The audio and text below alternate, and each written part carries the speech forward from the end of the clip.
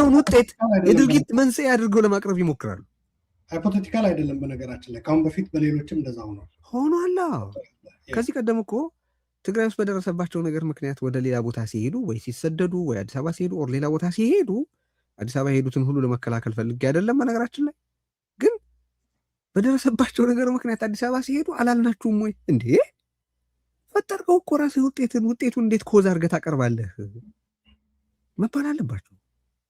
ምንድን ነው የሆነ ነገር ካረገ በኋላ የገዛ ራሱን ድርጊት ውጤት የነገሩ መንስኤ አድርጎ የማቅረብን መወናገር ምን ልትለው ትችላለህ? ልፈልግ ነው። እና እኔ ይሄ አካሄድ የሚያዋጣ አይደለም።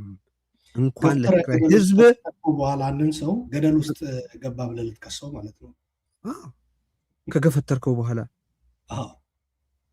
እና እንኳን ለትግራይ ህዝብ ይህንን እያደረጉ ላሉት ሰዎች እንኳን ይሄ አካሄድ ጠቃሚ አይደለም።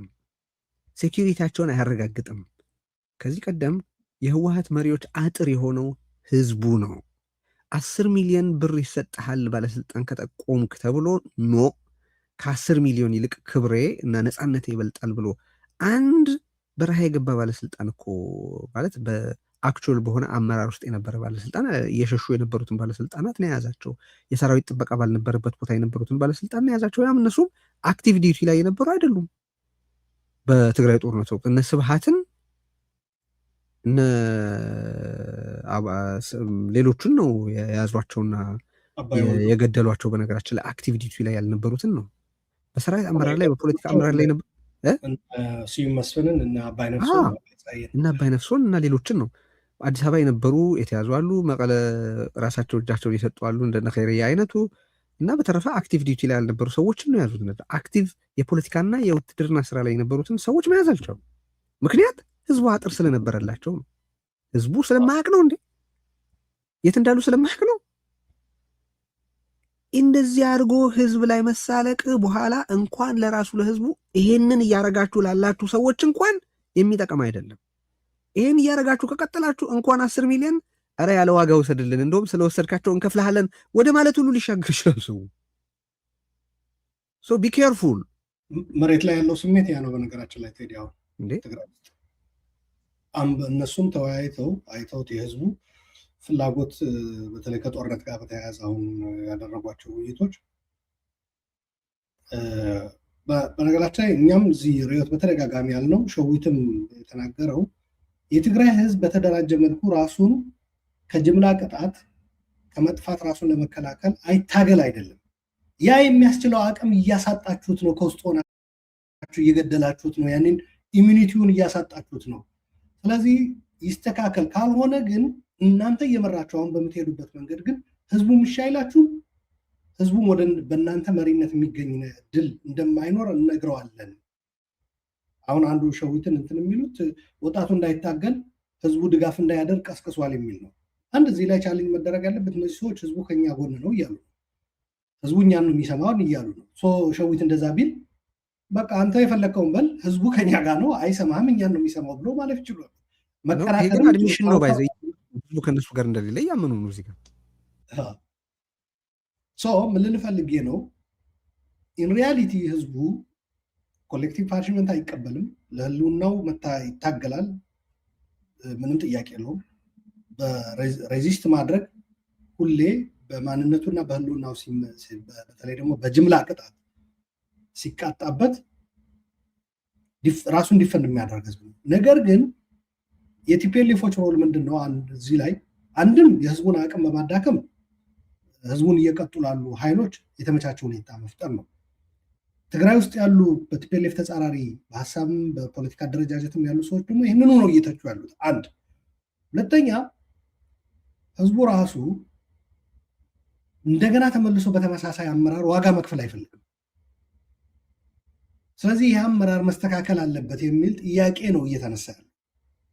ግን እነሱ ለመክሰሻ ምን ብለው የሚያቀርቡት ህዝቡን ለጉዳት ለመዳረግ አትታገል እያሉት ነው። ይሄ ደግሞ ከብልጽግና ጋር እንደሚሰሩ ነው የሚያሳየው። ሉክ ለብልጽግና የሚመች ሁኔታ እየፈጠራችሁ ነው። እንደገና ተመልሳችሁ ህዝቡን ዋጋ እንዳትከፍሉት ማለት ለብልጽግና መስራት አይደለም።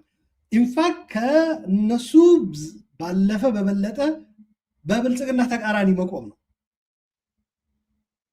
ይሄ በነገራችን ላይ ከሸዊትም አልፎ አብዛኛው በዚህ ሀሳብ ዙሪያ የተሰለፈ ዋጋ እያስከፈላችሁን ነው፣ መምራታችሁንም ኢንፋክት እያስመታችሁን ነው፣ በእናንተ ድክመት እየተዳከምን እየተበተነ ነው ያለ ነው የሚለውን ሰው የሚከሱበት መንገድ ይሄ ነው። ከሸዊትም አለፍ ብለን ስናየው ማለት ነው። በተለይ ደግሞ ከሻቢያ ጋር የፈጠሩት ግንኙነት ሻቢያም ይሄ የትግራይ የማድቀቅ ስራ ህወሓትን ተጠቅሞ እየሰራ እንደሆነ ስለሚያውቅ ሻቢያም ትግራዊ ላይ እንዲዘምቱ ነው መመሪያ የሚሰጣቸው እነዚህ ሰዎች፣ ሌላ ላይ አይደለም። ትግራዊ በትግራዊ ላይ እንዲዘምት ነው መመሪያ የሚሰጡት። ህወሓት ደግሞ በሚገባ ያንን ይሰራል እና ያቺ ወጣት በፍጹም እነዚህ እየመሩ ትግል ውስጥ እንዳትገባ፣ የትግራይ ህዝብ ደግሞ ስንቅ እንዳሰጥ፣ ዲያስፖራው ደግሞ በውጭ ያለው ብርህን እንትናት አስፈላጊ ከሆነና በተገቢ መንገድ አመራር ተስተካክሎ ትክክለኛ የሆነ መንገድ ተይዞ ወደ ሬዚስታንስ ስንገባ ግን ያኔ ጥሪ ይቀርብልሃል ነው ያሉት። በትክክለኛው መንገድ ማንን መደገፍ እንዳለብህ፣ ምን ላይ መስራት እንዳለብህ በቀጣይ እነግርሃለን ብሎ ነበር ያቀረበው ጥሪው። አንዱ በጣም በዛ ይሄ ነገር ከአቅም ከመጠን በላይ የሄደ ነው ይሄ ልጅ ያዙት እንዲህ የተባለበት አንዱ ምክንያት ይሄ እዛ ፍርድ ቤት አቀርበው የፈጠሩት እንትን እሱ ቀልድ ነው በጣም። በባጃጅ መሳሪያ ይዞ ምናምን የሚለው እኔ ነው የሚመስለኝ በሽብር ወንጀል ስለሆነ፣ የሽብር ወንጀል ደግሞ ከባድ ስለሆነ መለቀቅ የለበትም፣ በቁጥጥር ስር መቆየት አለበት፣ ተጨማሪ ምርመራ ማድረግ እንፈልጋለን ምናምን እያሉ ጊዜ ለመግዛት እንዲያስችላቸው ያደረጉት እንጂ በጣም አብሰርድ የሆነ ነገር እንደሆነ ማንም ያውቀዋል። ዋናው ግን ያልኩ እነዚህ ሰዎች ነው ህዝቡ እነሱን መስማት ማቆሙ። እዛም ነው ወደዚህ ነጥብ የገባሁት። በነገራችን ላይ ህዝቡ አሳልፎ ይሰጣቸዋል፣ ምንም ጥያቄ የለውም። አሁን እየሄዱበት ባለ አካሄድ ሁለተኛ ህዝቡ አሁን እነሱ በሚመሩት ትግል መሳተፍ አይፈልግም።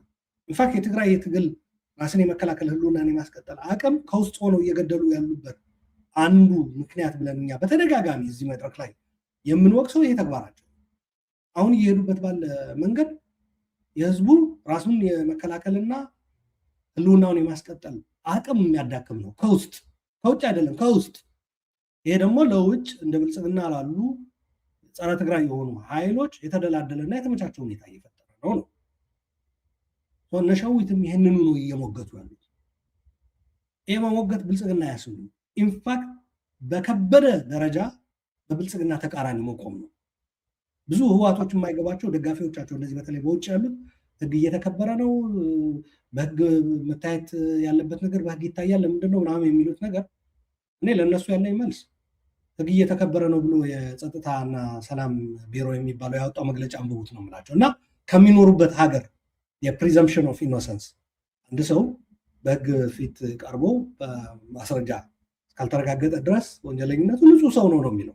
እነሱ ግን ይዘን እስክናጠራ ድረስ ወንጀለኛ ሆኖ ይቆያል ነው እያሉ። በነገራችን ላይ ይሄንን በተመለከተ በጣም ጥሩ ነጥብ ያነሳው ማንም ሰው ሊታሰር ይችላል ይላሉ። ማንም ሰው በጣም ድንቁርና ነው። በነገራችን ላይ ማንም ሰው ሊታሰር አይችልም። የሚታሰረው ለመታሰሩ ፕሮባብል ኮዝ አለው ተብሎ የታመነ ሰው ብቻ ነው። ማንም ሰው ልክ